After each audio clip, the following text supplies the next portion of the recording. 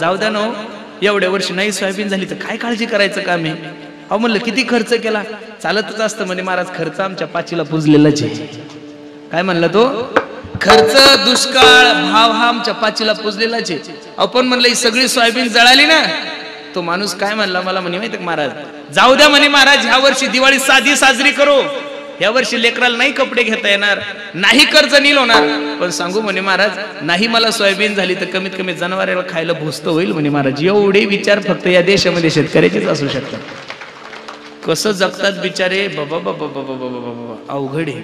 लक्ष देऊन ऐका, हवं ते भेटत नाही महाराज. गरज नाही आता पावसाची, तो आल्याशिवाय राहत नाही. मी नेहमी सांगत असतो, जी गोष्ट माणसाला पाहिजे ती कधीच भेटत नाही. आमच्या गावात एक गण्या नावाचं पोरग होतं, ते नेहमी मला फोन केलं की विचारायचं, पुरुषोत्तम दादा, मी म्हणायचो काय रे गण्या, मी अशा मुलीसोबत लग्न करील ना दादा की माझ्या बायको सारखी सुंदर बायको तालुक्यात नसली पाहिजे. तुला चांगली इच्छा आहे, देवानं तुझी इच्छा पूर्ण करावं. नेमकं गण्याचं लग्न ठरलं. गण्यानं फोन केला, हॅलो दादा, लग्न ठरलंय आणि तुम्ही मंगलाष्टका म्हणल्याशिवाय मी पोरीच्या गळ्यात वरमाला घालणार नाही. मी खरं सांगू का, नारदाच्या गादीहून सांगतो किशोर दादा, एका येड्यानं माझी मंगलाष्टक टाकलेली युट्यूबला, लोक लय फोन करतात मला, कीर्तनाला काही मंगलाष्टक म्हणाल घ्या, पाहिजे तेवढं मानधन घ्या.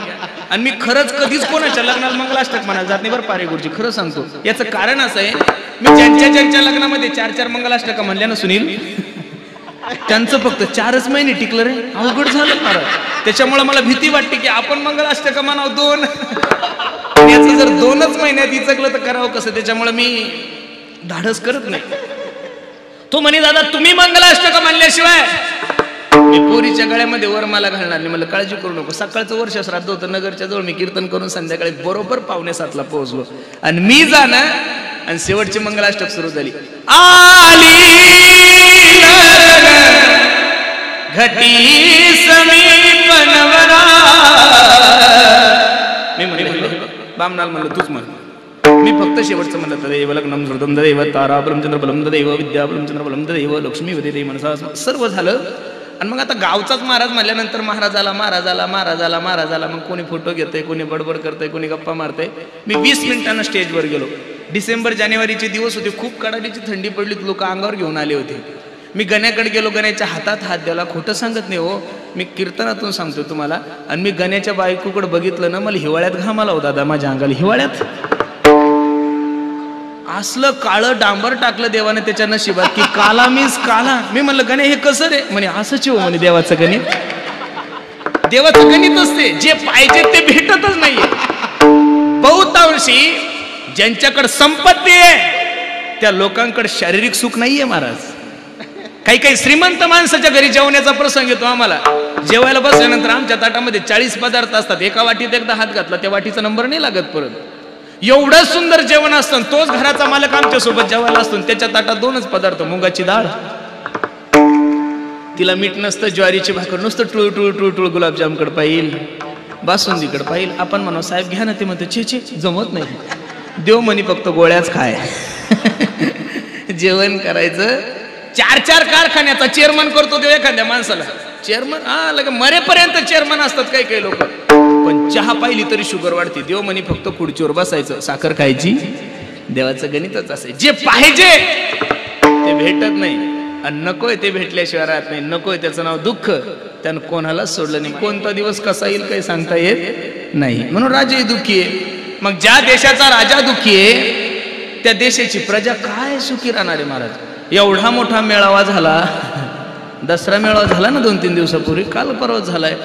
कोणी 2 लाख लोक जमवले, कोणी 1 लाख लोक जमवले. पण त्याच्यातून आम्हाला काय भेटलं प्रत्येक दोघांनी आम्हाला सांगावं. शेतकऱ्यांसाठी काय भेटलं, यानं त्याची ठोकली आणि त्याने याची ठोकली. याच्या पलीकडे आपल्याला काय भेटलं महाराज महाराष्ट्राला? अजिबात नाही. अरे आम्ही तुम्हाला मतदान दिलेलं आहे, तुम्हाला निवडून दिलेलं आहे. आमच्या सोयाबीनमध्ये पाणी याचाही विचार कधीतरी करत जाणं महाराज. लोक म्हणतात तुम्हाला काय करायचं. हा, संविधानाने मला स्वतंत्र विचार मांडण्याचा अधिकार दिलेला आहे. मी या देशाचा नागरिक आहे. मी या देशाचा कोण आहे?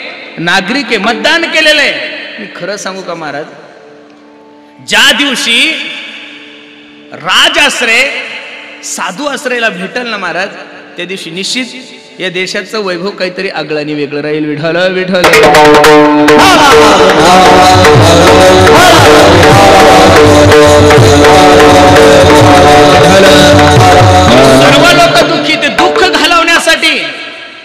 सुखी राम के दास, सुखी राम के दास। या विश्वामध्ये सुखी जर कोण असेल तर जगाचा मालक प्रभू रामचंद्र भगवान परमात्मा, त्यांचे दास हे समर्थ रामदास स्वामी सांगतात, जगी सर्व सुखी असा कोणी आहे, विचारी मना शोधून पाहे। काही काही लोकांची अशी मानसिकता आहे की पैशानं माणूस सुखी होता, अजिबात नाही हो दादा। पैशानं जर माणसं सुखी असते तर या देशातले मोठे मोठे लोक ईडीमुळे दुःखी झालेच नसते महाराज, अजिबात नाही। ज्याच्याकडे पैसा नाही तोही दुःखीचे, आणि ज्याच्याकडे पैसा आहे तो सुद्धा दुःखीचे। ज्याचं लग्न नाही झालं ते लग्न होत नाही म्हणून दुःखी आहे, काही काहीचं झालं म्हणून ते परेशान आहे, काही काहीला लेकरं होत नाही म्हणून दुःखी, आणि काही काहीचे लेकरं त्यांना सांभाळत नाही म्हणून दुःखी। जगात असं सुखी कोण आहे असं वाटतंय। लोक भेटले की लोकांचा चेहऱ्याचा भाव, लोकांच्या घरं, लोकांच्या बिल्डिंगी पाहिले की माणसाला वाटतो किती सुंदर घर आहे, किती लोक सुखी असतील, पण आतून काय तेलमुंग्या चावतात हे आपल्याला कळत नाही महाराज। सुख समाधान ही गोष्ट पैशानं जर भेटली असती ना महाराज, तर ज्या देशाचं नाव भारत ज्या भरतामुळे पडलंय, त्या भरतानं सगळ्या गोष्टीचा त्याग करून जंगलाचा स्वीकार केलाच नसता। महाराज सांगतात, 18 भार वनस्पती फळे फुले ओळखते, ज्या घरी तुलसिया राजराणी व संपत्ती, हे सुख सांडोनिया काय योग सेविते। त्या भरतामुळं या देशाचं नाव भारत पडलंय, त्या भरतानं सुद्धा सर्वस्वाचा त्याग करून जंगलामध्ये जाऊन देवाचं चिंतन केले। याचं कारण खरा जर आनंद, महाराष्ट्रामध्ये जेवढे काही संत महात्मे जन्माला आले, जेवढे काही संत महानुभव जन्माला आले, त्यांनी फक्त तुम्हाला एकच काम केलंय, उठा जागे वारे आता, स्मरण करा पंढरीनाथा, भावे चरणी ठेवा माथा, चुकव्यथा जन्माच्या। काही लोक असा आरोप घेतील, महाराज आम्ही जागे नाही आहात का? खरं सांगा, या कोळशी कुटुंबियांनी एवढं सुंदर नियोजन केलं, वॉटरप्रूफ मंडप आहे सर्वांना, पिण्यासाठी आरोचं पाणी आहे, एवढी सुंदर माईक सिस्टीम लावली, एवढे सुंदर विद्यार्थी गायक महाराज मंडळी आहे। महाराष्ट्रामध्ये 1 नंबर फेमस असणारं चॅनल, यूट्यूब चॅनल म्हणजे जिव्हाळा चॅनल, त्यांना सुद्धा पुण्याहून बोलवून घेतलंय, मला सुद्धा एवढ्या लांबून बोलवून घेतलं। एवढं जे नियोजन केलं हे तुम्ही विचारानेच केलं का विचाराने केलं? विचारानेच केलं ना महाराज। 4 महिन्यापूर्वीपासून ही तयारी चालू असेल, काय जेवायला बोलवायचं, कोणाकोणाला बोलवायचं, मग सगळ्या गोष्टीविषयी जागृत आहे। पाऊस चालू झाला म्हणून सोयाबीन कशी काढायची, तिला झाकायची कशी, ताडपत्री वगैरे सगळ्या गोष्टीची तयारी करता का नाही तुम्ही? मग सगळ्या गोष्टीची तयारी तुम्ही लोक करताना मग आपल्या जीवनाचा यथार्थ विचार जीवनामध्ये का करू नये माणसाने? कोहम कतमिदम जातम, मी कोण ऐसा करावा विचार म्हणे ज्ञानेश्वर निवृत्तीचा। मी आलोय कुठून, मला करायचं काय, मला जायचं कुठं, या सगळ्या गोष्टी मनुष्य विसरून गेलाय। आणि असे जे विसरलेले लोक आहे ना, त्या साधकाला, महाराष्ट्राला योग्य दिशा देण्याच्या बाबतीत सर्वात मोठं योगदान जर या महाराष्ट्रात कोणाचं असेल तर ज्ञानोबा तुकोबारायचं महाराज, हे मानलंच पाहिजे तुम्हाला। मला वाईट वाटतं महाराज, आत्ता नवरात्र उत्सव संपून गेला, खूप आनंदात साजरा केला महाराज नवरात्र उत्सव लोकांनी। अशी गल्ली नाही, असं गाव नाही की तिथे नवरात्र उत्सव साजरा नाही केला। जे बिचारी एकादशी धरत नाही त्यांनी नवरात्र धरली होती, जे बिचारे वर्षभर दारू पितात, वर्षभर तालुक्यातला एक धाबा ठेवत नाही, त्या काही काही महाशयांनी 9 दिवस चप्पल घातली नाही हो। खरं सांगा, जे वर्षभर धाब्यावर चरतं त्यानं चप्पल काय नाही, ते भोंगळ बी फिरलं तर फायदा काय महाराज? काहीच नाही। कहा गए थे तो कहा नाही, और क्या लाया तो कुछ नाही। लक्ष देऊन ऐका ना। अरे तुम्ही आज एवढ्या समाजाचे, एवढ्या आजूबाजूचे लोक, सर्व जाती धर्माचे लोक एका मंडपाखाली आणण्याचं काम जर कोणी केलं असेल तर माझ्या ज्ञानोबा तुकोबारायांनी केलेलं आहे महाराज। एक सांगू का तुम्हाला, स्पष्ट शब्दात सांगतो महाराज, साधू हा जातीत तुम्ही आम्ही ठेवलाय महाराज। आपण शिर्डीला दर्शनाला जातो, कोणी साईबाबाची जात पाहिली का? नाही। अनेक धर्माच्या, मुस्लिम लोक सुद्धा साईबाबाच्या दर्शनाला येतात, विदेशातून लोक येतात, फॉरेनर येतात, अनेक राज्यातून लोक येतात। साधू हा जातीच्या पलीकडे असतो। जात राजकारण्यांना मतदानासाठी लागत असते, साधूला जात लागतच नाही महाराज। ज्ञानोबराय जर ब्राह्मण म्हणावं तर काही पसायदान फक्त ब्राह्मणासाठी लिहिलं काय ज्ञानोबरायने? किंबहुना सर्व सुखी पूर्ण होनी तिन्ही लोकी भजिजो आदी पुरखी, जगद्गुरु तुकोबरायचा गाथा. तुकोबराय कुणबी होते, मराठा होते, मग काय मराठ्यासाठीच गाथा आहे का? कर्म धर्म तुम्हा असावे कल्याण, साधूचं ज्ञान हे सर्वांगीण असतं. साधू अवघाचे संसार सुखाचा करीन, आनंदे भसले क्रय. कुत्र्याला एका एका टायमाला 40-40 पिले होतात. किती होतात? त्याच्याकडे आधार कार्ड नाही, पॅन कार्ड नाही, रॅशन कार्ड नाही, दारिद्र्यरेषेचं कार्ड नाहीये. त्याला मोदी साहेबाचे 2000 रुपये सुद्धा येत नाही वर्षाला, महिन्याला. त्याला 2 रुपये किलो गहू नाही, 3 रुपये किलो तांदूळ नाही, रवा नाही, साखर नाही, काहीच नाही. तरी सुद्धा कुत्र जर 40-40 पिल्याचं संगोपन करत असेल तर तुम्ही तुमच्या 2 शंभड्या पोराला इंजिनियर डॉक्टर करता. नवल काय आहे? तुमच्याकडे जागा आहे, घर आहे. तुम्ही श्रीमंत असून दारिद्र्यरेषेच्या कार्डाखाली आहे. जेवढे श्रीमंत लोक आहे तेवढे खूप योजनांचा लाभ घेतात महाराज. दारिद्र्य यश असंतुष्ट, खरे भिकारी हे जे सगळं असून सुद्धा त्यांनाच खावं वाटतं. मग भिकारी नाही तर काय, त्यांचे तोंड म्हणजे पोस्टाची पेटी, किती टाका पोटच भरत नाही महाराज. बरोबर आहे का नाही? संसाराची काळजी करू नका. संसार करत असताना आपल्यापेक्षा खालच्या माणसाकडे पाहून जगा, म्हणजे संसार आनंदात होईल. वा वा. संसार करत असताना आपल्यापेक्षा खालच्या माणसाकडे पाहून चला. तुम्ही कीर्तनाला स्विफ्ट घेऊन आलेल्या तर स्विफ्टवाल्या माणसानं फक्त 2 व्हीलरवाल्याकडे बघायचं. अरे आपल्याला तर पावसाचं संरक्षण आहे, काही ताण नाही. हे बिचार 2 व्हीलरवर आलं, आपण खूप आनंदी आहे. पण स्विफ्टवाल्यानं फॉर्च्युनरवाल्याकडे बघायचं नाही. आणि त्यानं जर पाहिलं तर मग घामाल्याशिवाय राहणार नाही. आता आपल्यासारख्या लोकांनी जर अंबानीचा विचार केला, कसं जमलो? त्याची बायको एका टायमाला 3 लाखाचा चहा पिती. काय त्याच्या हात माहित नाही, पण पिती म्हणतात ना लोक. 350 कोटी रुपयाचा तिचा मोबाईल आहे. आपल्या बाया एकाच पत्तीत 4 वेळा चहा उकळतात. एवढ्या धार्मिक या. त्यामुळे आपण त्या गोष्टीचा विचार नाही करायचा. आपण आपल्यापेक्षा छोट्या माणसाकडे पाहून जगायचं आणि परमार्थात आपल्यापेक्षा मोठ्या माणसाकडे पाहायचं. त्यावेळेस परमार्थ योग्य होतो. अरे आपण महाराज काहीच करत नाही. हा मनुष्य दररोज ज्ञानोबराय तुकोबरायची वारी करतो, आपणही त्याचा आदर्श घेतला पाहिजे. हा दररोज 2 टाइम हरिपाठ करतो, आम्ही 1 टाइम तरी केला पाहिजे. हा आदर्श ठेवा. जगद्गुरु तुकोबराय सांगतात, ऐशी जोडी करा जीवनामध्ये, असं काहीतरी प्रयत्न करा, अशी काहीतरी जोडी करा की जेने चुके फेरा. रामकंठी धरा. रामकंठी धरा म्हणजे काय धरा? प्रभू रामचंद्राच्या फोटोला दोरी बांधवायची, गळ्यात गुतवायची अजिबात नाही. तुकोबरायांनी शब्द रामाचा का वापरला? तुकोबराला असंही म्हणता येत होतं, ऐशी जोडी करा आणि खंडोबा कंठी धरा. मसोबा नाही नाही नाही नाही नाही. सेंदरी इंदरी दैवते कोणती पूजी भूते खेते, आपुल्या पोटाशी रडते मागते सीते अवधान. माणसाने परमार्थ करत असताना देवता सुद्धा योग्य निवडली पाहिजेत महाराज. ज्या देवतांना खायला भेटत नाही त्याच्याकडे जर तुम्ही खायला काही मागत असाल, ती तुमच्या पोटाची थळगी भरू शकत. मागायचंच असेल तर जगाच्या मालकाला मागा, ज्यानं हे विश्व निर्मिले, ज्यानं हे विश्व निर्माण केलंय त्या विश्व मालकाच्या दारामध्ये जा. निश्चित तुमच्या संसार रूपी नौका पैल तिराळलेल्या शहराने कधीतरी जा ना त्याच्याकडे आणि त्याला म्हणा, नाव किनारे लगा प्रभूजी. हे देवा, माझी जी नाव आहे ती तू एकदा काय कर, कडेला लाव. आणि अशी जर तुम्ही त्याला विनंती केली तर निश्चित जगाचा मला तुम्हाला या संसार रूपी समुद्रातून पार केल्याशिवाय राहणार नाही. ऐशी जोडी करा रामकंठी धरा. वेगळ्या गोष्टी दुःखाला कारणीभूत आहे. धनानी भूमो पश्वश्य गोष्टी नारी गृहद्वारी जनस्मशाने देहेश्चितायाम परलोक मार्गे कर्मानुगो गच्छति जीवैका. जाणार आहे ना दादा, जाणाऱ्या गोष्टीविषयी प्रयत्न करू नका. सर्वात मोठी भ्रांती आहे माणसाच्या जीवनात दुःख कशामुळे होतं माहितीये का? महाराजांचं प्रमाण आहे, माया विगणे भ्रमला खरे. हे माझं आहे, हे माझं आहे, माझं माझं म्हणलं की दुःख तयारच होतं महाराज. आणि जीवनामध्ये काही तुमचं नाहीये. सुनील दादा, हा माईक सजीव आहे का निर्जीव आहे रे दादा? हा माईक निर्जीव आहे.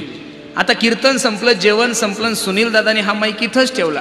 हा 4 महिने इथं राहील, याला काही घेतलेलं नाही. बरोबर आहे का नाही? पण हा माईक जर कीर्तन संपलं माझ्याकडून पडला आणि माईकचं हे पुढचं तोंड फुटलं, खरं सांगा दुःख माईकाला होतं का सुनील दादाला होतं? कोणाला होतं? सुनील दादाने एक शहाणपणा केला की हा माईक माझा आहे. काय केलाय सुनील दादाने? या माईक विषयी काय ठेवलं? ममत्व ठेवलं की हा माईक कसा आहे? माझा आहे. मग माझं म्हणलं की दुःख आहेच ना महाराज. तसं कोणीच या जगामध्ये तुम्हाला वाटतं लोक प्रेम करतात? अजिबात नाही. जन हे सुखाचे दिल्या घेतल्याचे. अरे बायकोनं जर नवऱ्यावर प्रेम केलं असतं, नवऱ्यानं जर बायकोवर प्रेम केलं असतं तर फाडकतीसाठी लोक कोर्टात गेलेच नसते हो महाराज. माणसं स्वतःवर सुद्धा प्रेम करत नाही आणि स्वतःवर जर माणसानं प्रेम केलं असतं तर लोकांनी गळफास घेतलाच नसता महाराज. लोकांनी विष पिलंच नसतं, लोकांनी आत्महत्या केल्याच नसत्या, मायबापावर जर प्रेम केलं असतं तर वृद्धाश्रम जन्माला आले नसते महाराज. भावानं भावावर जर प्रेम केलं असतं तर कोर्टामध्ये इस्टेटीसाठी भाऊ भाऊ भांडले नसते महाराज. या जगातलं जे दिसतंय तुम्हाला हे सगळं खोटं आहे. मी नेहमी सांगतो, राजा भर्तृहरीची एक कथा सुंदर शास्त्रामध्ये सांगितलेली. त्या राजाच्या घरी काही साधू संत मंडळी आली. एवढं सुंदर आदरतिथ्य राजाने केलं आणि ते आदरतिथ्य पाहिल्यानंतर साधू खुश झाले आणि खिशामधून पिशवीतून फळ काढलं आणि राजाच्या हातात दिलं. राजा, ए राजा, हे फळ खा, तू अमर होऊन जाशील. कोणतं फळ होतं की जे फळ खाल्ल्यानंतर माणूस कधीच मरत नाही त्याला काय म्हणतात? अमर. कोणतं फळ होतं? अमर. राजानं ते फळ पाहिलं आणि राजा रडायला लागला. राजाला विचार करू लागला, हे जर फळ मी खाल्लं तर मी अमर होईल, पण अमर होऊन करू काय? माझं प्रेम माझ्या बायकोवर, माझ्या राणीवर आहे. कोणावर आहे? राणीवर आहे. आणि राणी जर माझ्या डोळ्यासमोर मिली तर मी जगू शकणार नाही. राजाने राणीला आवाज दिला, राणी साहेबा, ओ राणी साहेबा, इकडे या. हे बघ, साधूने मला अमर होण्याचं फळ दिलं ग, पण माझं खूप प्रेम आहे तुझ्यावर. ऐक ना, तुझ्या समोर मी मेलेलं चालेल, पण माझ्या समोर तू मेलेली मला कधीच आवडणार नाही. हे फळ तू खा. बसणाऱ्या मायमावल्यांनो, खरं सांगा, अमर होण्याचा फळ जर नवरा त्या बायकोला देत असेल, त्या नवऱ्याचं त्या बायकोवर किती प्रेम असेल महाराज, हे शब्दात मी वर्णन नाही करू शकत. ही प्रेमाची उंचाक स्थिती आहे. मग एवढा प्रेम जर राजा आपल्यावर करतो तर त्या राणीनं बी त्याच्यावर एवढंच प्रेम केलं पाहिजे. पण राणीचं प्रेम एका प्रधानजीवर होतं. कोणावर होतं? तीन प्रधानजी लावा त्याला, प्रधानजी इधर आओ, महाराज ने मुझे अमर होने का फल दिया है, लेकिन मैं आपसे बहुत प्यार करती हूँ, मैं आपके बिना जी नहीं सकती. ये फल आप खाओ, आप अमर हो जाओ. आप मेरे सामने मरोगे तो मैं नहीं जी सकती, लेकिन आपके सामने मैं मरूंगी तो चलेगा.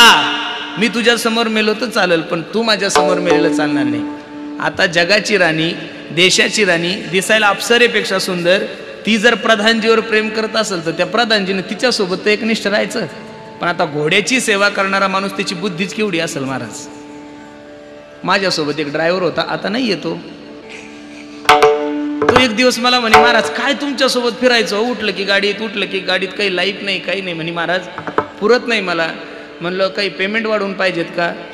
तो म्हणे, महाराज पेमेंट तर मनासारखं आहे, पण कंटाळा माझा जीव. मग मी त्याला एक पर्याय दिला. म्हणलं, हे बघ, मलाही माहिती आहे तुला रात्रंदिवस गाडी चालवावं लागते, तू असं कर ना, आपण 15-15 दिवसाचा ड्रायव्हर ठेवू. काय करू? 15-15 दिवसाचा ड्रायव्हर ठेवू. तू आलं की याने यायचं, यानं आलं की तू यायचं, म्हणजे 2 दिवस तुलाही आराम होईल, कुटुंबात राहता येईल, लेकरा बाळाला बोलता येईल. आणि मी तुला 15 दिवसाचे 15,000 रुपये देतो. किती देतो? तनपुरीत आता किती? 15,000. आणि लोक प्रेमानं जर तुला मी सांगितलं कोणाला तर 15 कीर्तनातून तुला 10 कीर्तनात लोक पैसे देणार म्हणजे देणार. मग 15 दिवसाचे तुला किती पडतात? 21-25 हजार रुपये पडतात. तब्येतही चांगली राहील आणि कुटुंबालाही वेळ देता येईल, शेतीही बघता येईल. पण तो ड्रायव्हरच आहे ना. तो म्हणे, महाराज मला 15 दिवसाचे 15,000 पुरत नाही, तुम्ही मला 1 महिन्याची 21 द्या, पण 15 दिवसाचे 15 पुरत नाही. म्हणलं, तुझ्यासारखे ड्रायव्हर आहे म्हणून आमचं बरं आहे. खरं सांगतो ना, म्हणजे याचं कारण अभ्यास कमीच आहे. 15 दिवसाचे 15 नको म्हणतो हा येडा, आणि 1 महिन्याचे 20 म्हणतो, म्हणजे किती, कोणत्या शाळेत शिकला हा, याला बुद्धी आहे. म्हणलं चांगलंय, थांबा. आता तो घोड्याची सेवा करणारा माणूस, त्याची काय बुद्धी असेल महाराज. राणी त्याच्यावर प्रेम करत होती आणि तो एका भांडे घासणारी वालीवर प्रेम करत होता. आणि त्या भांडे घासणारे वाली त्यानं बोलवलं, ए इधर आओ, रानी साहेबाने मुझे फल दिया है, मैं अमर हो सकता हूँ, लेकिन मैं आपसे बहुत प्यार करता हूँ, ये फल आप खाओ. त्या भांडे घासणारी वालीने ते फळ घेतलं आणि ती रडायला लागली. ती विचार करू लागली, ठीक आहे, प्रधानजीचं माझ्यावर प्रेम आहे, हे फळ मी खाल्लं तर मी अमर होईल, पण अमर होऊन करू काय? मला जीवनभर लोकांचे भांडेच घासावं लागल, मला जीवनभर लोकांचे धुणं भांडेच करावं लागल. ती भांडे घासणारी दासी विचार करू लागली, हे जर फळ माझ्या राजाने खाल्लं तर माझा राजा अमर होईल. काय म्हणली ती? माझा राजा अमर होईल आणि या देशाचं कल्याण करेल. ज्यावेळेस फळ फिरून राजाकडे आलं त्यावेळेस राजाला धक्का बसला. अरे, फळ तर मी माझ्या अर्धांगिनीला दिलं होतं, दासीकडे फळ आलं कसं? राणी साहेबाला बोलवलं, राणी साहेबा इकडे या, मी तुम्हाला अमर होण्याचं फळ दिलं होतं, ते फळ कुठं केलं? राणी साहेबांनी हात जोडले. मला खरं सांगू, तुम्हाला राग नका येऊ, तुम्ही मनातलं बोलते. लग्न झाल्यापासून तुम्ही मला 1% आवडत नाही. ज्या माणसाने अमर होण्याचं फळ आपल्या बायकोला दिलं, ती बायको जर राजाच्या तोंडावर म्हणत असेल मी तुमच्यावर 1% प्रेम करत नाही. संसारातला किती मोठा धक्का असेल महाराज त्या राजाला. पण राणी साहेब म्हणली तुमच्याकडे हे फळ आलं कसं. त्यावेळेस राणी साहेबांनी हे फळ प्रधानजीला दिलं होतं. प्रधानजी इधर आ. राजा माझ्यावर एवढं प्रेम करत असताना मी माझ्या प्रेमासाठी तुम्हाला हे फळ दिलं. प्रधानजीने सांगितलं राणी साहेब तुम्ही दिसायला खूप सुंदर आहात पण खरं सांगू का तुम्हाला तुम्ही मला 1% आवडत नाही म्हणे. संसाराचं गणितच असं आहे महाराज. आपल्याला वाटतं लोक आपल्यावर प्रेम करतात. नाथबाबाचे शब्द कसे वाया जातील. नाथबाबा सांगतात हा बहीण कुणाची भाव कुणाचा कोण कुणाचे सखे सोय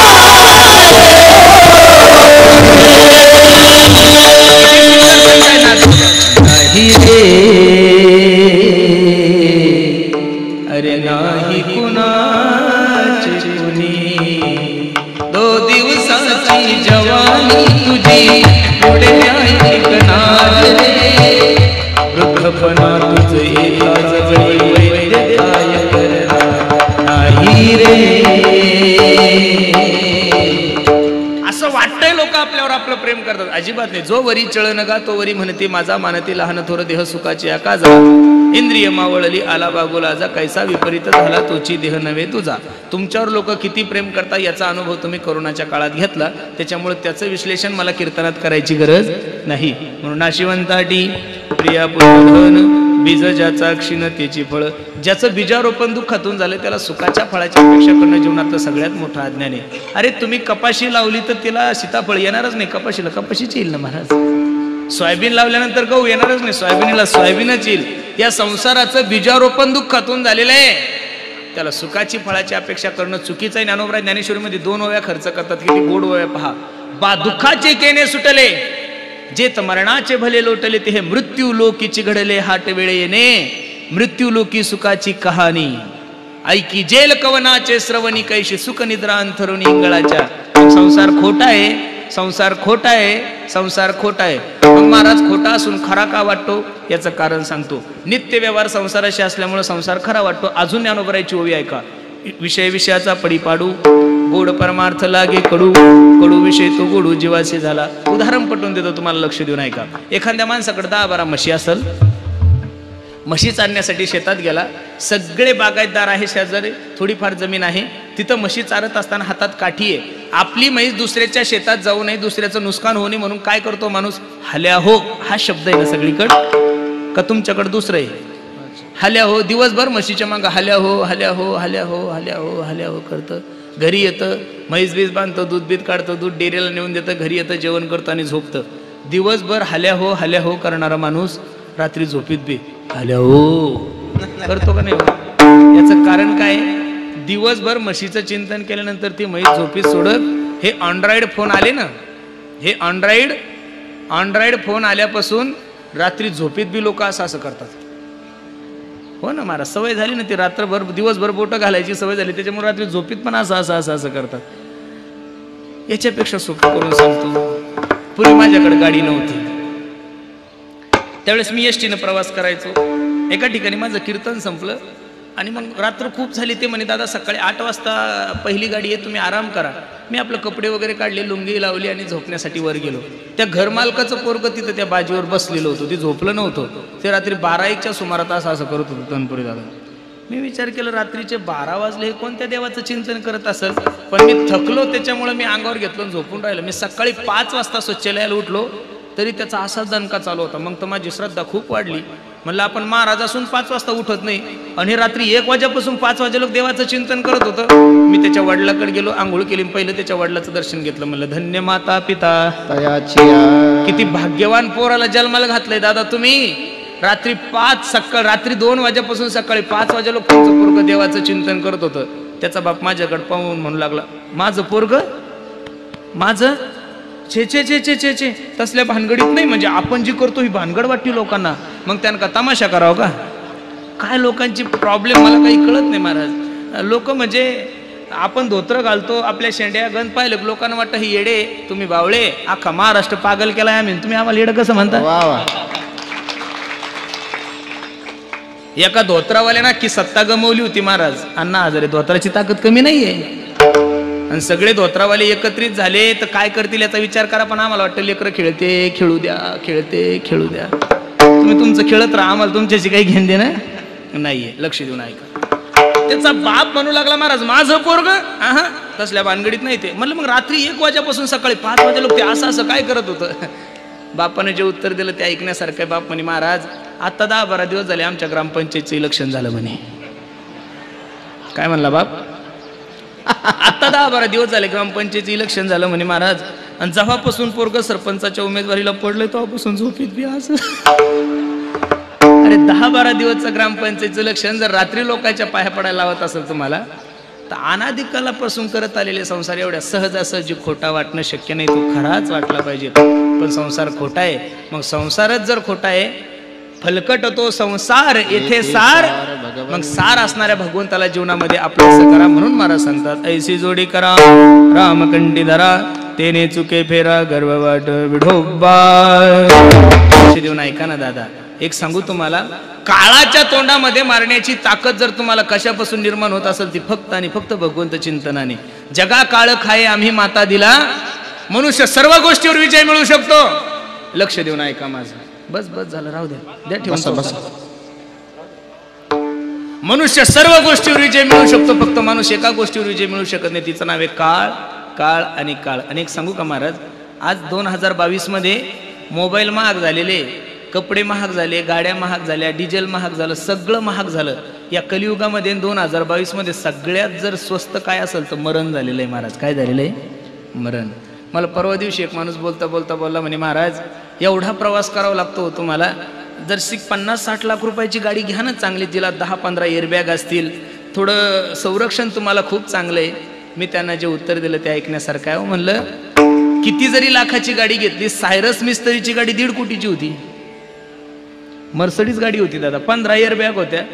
एअरबॅग ओपन होऊन सुद्धा ती बिचारी वाचली नाही. मी खरं सांगू का, मरणासाठी गाडी लागतच नाही महाराज. 1 मरणासाठी डॉक्टर लागत नाही. 2 आणि मरणासाठी पैसाही लागत नाही. आलं ना बाबा, मग डॉक्टर असो गाडी असो. अहो हेलिकॉप्टर मध्ये मरतात लोक. काही लोक म्हणतात महाराज तुम्ही थोडा आराम करत जा, धावपळ नका करू. अहो संडास बाथरूम मध्ये काही लोक मरतात. मरण हे कोणाचं कधी केव्हा येईल काही सांगता येत नाहीये. म्हणून लक्ष देऊन ऐका माझी विनंती. एकदम स्वस्त झालंय ते मरण, आणि मरण स्वस्त झालंय त्याच्यामुळे प्रत्येकानं देवाचं चिंतन करा. बरं मी सर्वांना आई बापांना हात जोडतो, महाराज 1 तास माझ्या देवासाठी देत चला.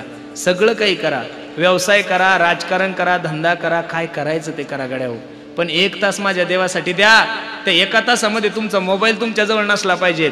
ते 1 तासामध्ये तुमची बायको तुमच्या डोक्यामध्ये नसली पाहिजे. ते 1 तासामध्ये तुमचं राजकारण नसलं पाहिजे, तुमचं जमीन नाही, जुमला नाही, काही नाही. ते 1 तासामध्ये फक्त आणि फक्त भगवंताचं चिंतन करा. प्रत्येकाकडे ऑनड्रॉइड फोन आहे. कीर्तन संपल्यानंतर मी एक व्हिडिओ सांगतो, तो यूट्यूबवर डाउनलोड करा, घरी जाऊन पहा. 8 मिनिटाचा व्हिडिओ आहे. या जगात सगळ्यात सुंदर जी गाडी आहे फोर्ड कंपनीची इंडिओर गाडी. लक्ष देऊन ऐका बरं, हे काही बगलातलं नाही सांगत, यूट्यूबवर सर्च करा. फोर्ड कंपनीचे मालक ते जपानचे, त्यांचा विचार करा. अनेक गाड्या असतील पण सर्वात मोठी गाडी म्हणून इंडिओर म्हणून आपण पाहतो तिला. त्या फोर्ड कंपनीचे मालक, एवढी त्यांच्याकडे संपत्ती की त्या संपत्तीचं वर्णन आपण हिशोबात करू शकत नाही. त्या दोघा नवरा बायकोने सगळ्या बिझनेसचा राजीनामा देऊन एका इस्कॉन टेम्पलच्या भगवान श्रीकृष्ण आणि राधा राणीची त्या मंदिराची सेवा करतात. याच्या पुढे जाऊन सांगू का, जेवण सुद्धा घरचं घेत नाही, मंदिराचा प्रसाद घेऊन ते लोक जीवन जगतात. आता फोर्ड कंपनीचा मालक तो जर शेवटचा काळ भगवंताच्या चिंतनामध्ये घालत असेल, तर तुमची चिबडेल सोयाबीन कुठं घेऊन बसली 1.5, 2 एकरावाली? कुठं तुमचा तो कळकटेल ऊस आणि कुठं ते 2 एकर कपाशी घेऊन बसले? आपण कुठंच काही लागत नाही. म्हणून माझी विनंती, सर्व करा ना, मी तुम्हाला असं नाही म्हणणार की सगळं सोडून जंगलात जा, पण 1 तास माझ्या देवासाठी द्या. जिंदगी जब तक रहेगी फुर्सत ना होगी काम से, कुछ समय ऐसा निकालो प्रेम करो भगवान से. थोडा वेळ माझ्या देवासाठी द्या. गेलेला पैसा कमवसाल हो, गेलेली सत्ता कमवसाल, गेलेली जमीन कमवसाल, पण life is not once more. किती जरी पैसे खर्च केले ते 1 मिनिटाचं आयुष्य भेटत नाही ना. म्हणून एवढा सुंदर नरदे प्राप्त झालं, संधीचं सोनं करा. आणि नाहीच तुम्ही देवाचं चिंतन केलं, मग मी तर दररोज कीर्तनातून सांगतोय, तुम्ही देवाचं नाही चिंतन केलं आमचं काय जाणार. एका जनार्दनी आमचे कायबा जाईल. म्हणून एवढा सुंदर नरदे तुमच्याने माझ्या जीवनात प्राप्त झालाय ना. देवाचं चिंतन करा. आणि चिंतन केल्यानंतर फायदा काय आहे.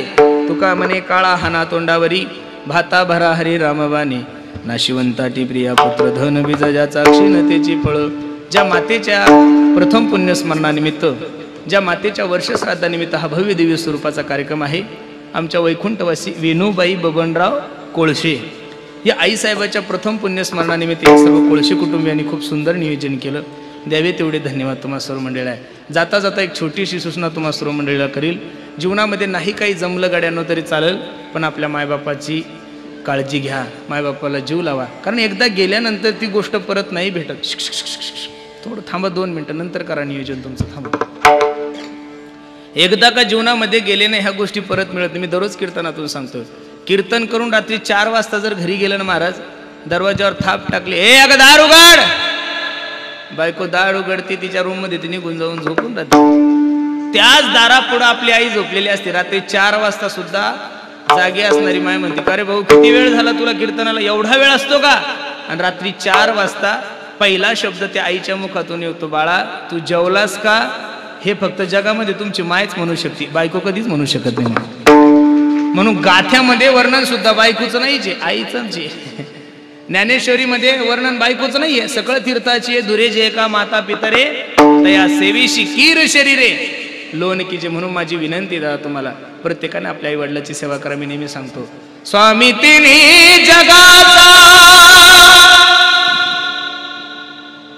आई विना भिकारी, आई विना भिकारी.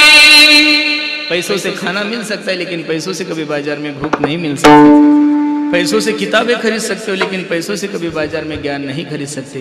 पैसों से अच्छा बिछाना खरीद सकते हो लेकिन पैसों से कभी बाजार में नींद नहीं खरीद सकते. उसी तरह पैसों से बहुत अच्छी बीवी आप लोगों को मिल सकती है, लेकिन पैसों से एक बात इस बाजार में नहीं मिलती, उसे माँ बाप कहते. म्हणून प्रत्येकाला माझी विनंती आहे, प्रत्येकानं आपल्या आई वडिलाची सेवा करा.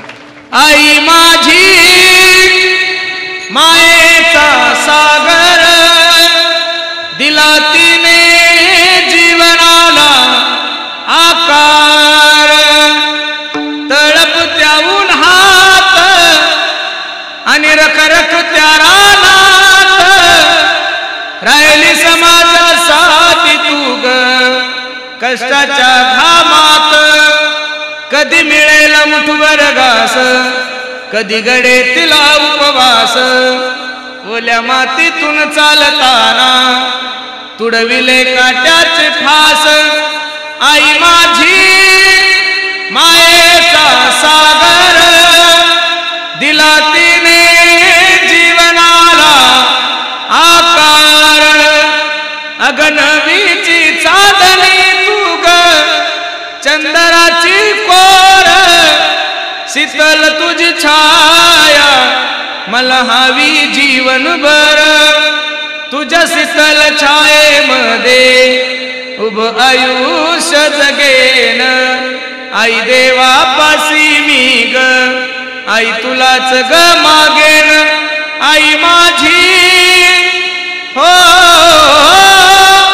मायेचा सागर, दिला तिने जीवनाला आकार. म्हणून प्रत्येकाला माझे हात जोडून विनंती दादा, प्रत्येकाने आपल्या आई वडिलाची सेवा करा, धर्माची सेवा करा, गायीची सेवा करा. खूप सुंदर नियोजन या काळशी कुटुंबियांनी केलंय, सुंदर कोळशी कुटुंबियांनी केलं. नजर लागावं एवढा सुंदर या कुटुंबियांनी केलं. द्यावे तेवढे धन्यवाद. कार्यक्रमासाठी उपस्थित सर्वच गुणीजन मंडळी, ज्यामध्ये ज्यांनी असा गोड पखवाज वाजवला, 7 ज्याला म्हणतात ती 7 ज्यांनी दिली, असे असणार आमचे अनिलजी दादासाठी सर्वांनी एकदा टाळी वाजवा. ज्यांनी गोड असं गायन केलं, एक संप्रदायाचं लाडकं व्यक्तिमत्व, आमचे शेळके दादाही कार्यक्रमासाठी उपस्थित आहे. आमचे पारे गुरुजी, आपल्या भागाचं वैभव गुरुजीसुद्धा आहे. दादांचं काय नाव आहे? जोशी दादा. ते ऋषी दादाच्याही चरणी मी माझा माथा ठेवतो. आणि सर्वात मोठे धन्यवाद द्यायचे हे आमच्या संप्रदायाचे छोटे छोटे मुलं. महाराज खूप सुंदर आहे. तुम्ही तुमच्या मुलांना इंजिनियर, डॉक्टर, कलेक्टर करू शकता. आम्ही पोरांना पैसे नाही कमवायचं ज्ञान देऊ शकत, पण जीवन कसं जगायचं, निर्व्यसनी कसं राहायचं. एक जर मुलगा याच्यातला निर्व्यसनी राहिला तर एक कुटुंब सुखी होतं. आणि ते कुटुंब सुखी करण्याचं काम महाराष्ट्रामध्ये फक्त वारकरी संप्रदाय करतो. महाराज म्हणून त्यांच्याही चरणी मी माझा माथा ठेवतो, ज्यांच्यामुळे अख्खा महाराष्ट्र आपला कार्यक्रम ऐकत आहेत. माझे परम मित्र, आमच्या जिव्हाळा चॅनलचे मालक आमचे अमोल दादासुद्धा उपस्थित आहे. दादाच्याही चरणी मी माझा माथा ठेवतो. ज्यांची माईक सिस्टीम म्हणली की कलाकाराला ताणच नाही, असं असणार एक आमच्या महाराष्ट्राचं लाडकं व्यक्तिमत्व. असा माणूसच नाही आहे, असा वादक नाही, असा गायक नाही, असा कीर्तनकार नाही की आमच्या सुनील दादावर नाराज आहे. महाराज अजिबात नाही. खरं सांगतो, तिकडं पाहायचं कामच राहत नाही महाराज. नाही तर काही माईकवाले एवढे आडेला असतात ना, ते नुसते बटनाला हात लावतात. महाराजाचा मूळव्याध बाहेर येतो पण आवाज नाही देतो. खरं सांगतात. पण आम्हा सर्वच कीर्तनकार, गायक, वादक, महाराज मंडळीवर मनापासून प्रेम करणार आमचे सुनील दादासाठी सुद्धा एकदा सर्वांनी टाळी वाजवा. सर्वच वातावरण खूप सुंदर आहे, ज्यांच्यामुळे मला तुमच्या दर्शनाचा योग प्राप्त झाला. असे असणार आमच्यावर बंधुवत प्रेम करणारा आमचे कुटुंबातलं सदस्य म्हणले तरी काही वावगस होणार नाही. आमचे तनपुरे दादा, आमचे विनोद पाटील, सर्वच मंडळी कार्यक्रमासाठी उपस्थित आहे. सर्वांच्या चरणी मी माझा माथा ठेवतो. वाणीला पूर्ण विराम देतो.